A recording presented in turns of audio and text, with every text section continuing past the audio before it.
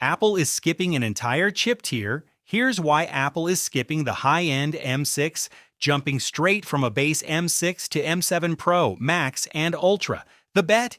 Getting AI on device faster than any other roadmap would allow. What does this mean for you? The Mac Dev Tools landscape is about to shift.